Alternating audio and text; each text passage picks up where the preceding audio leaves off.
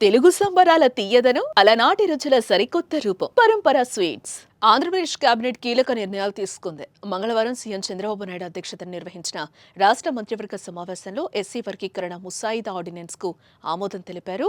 617 కోట్లతో అసెంబ్లీ, 786 కోట్లతో హైకోర్టు భవన నిర్మాణాలకు కేబినెట్ ఆమోదం తెలిపింది. ఈ నిర్మాణ పనులను తక్కువ ధరను కోట్ చేసిన L1 బిడ్డర్ కు అప్పగించాలని ప్రభుత్వం నిర్ణయించింది. State centre for climate in cities వ్యవస్థల ఏర్పాటును ఆమోదించింది.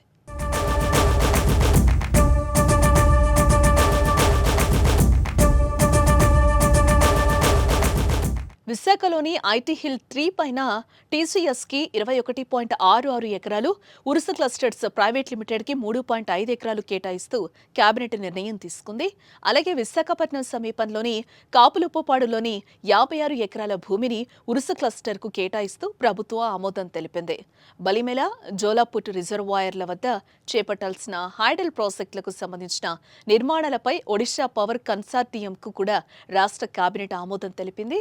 30 మెగావాట్ల సామర్థ్యంతో 2 హైడల్ ప్రాజెక్టుల నిర్మాణం కోసం జలవనరుల శాఖ చేసిన ప్రతిపాదనలను కేబినెట్ ఆమోదం తెలిపింది.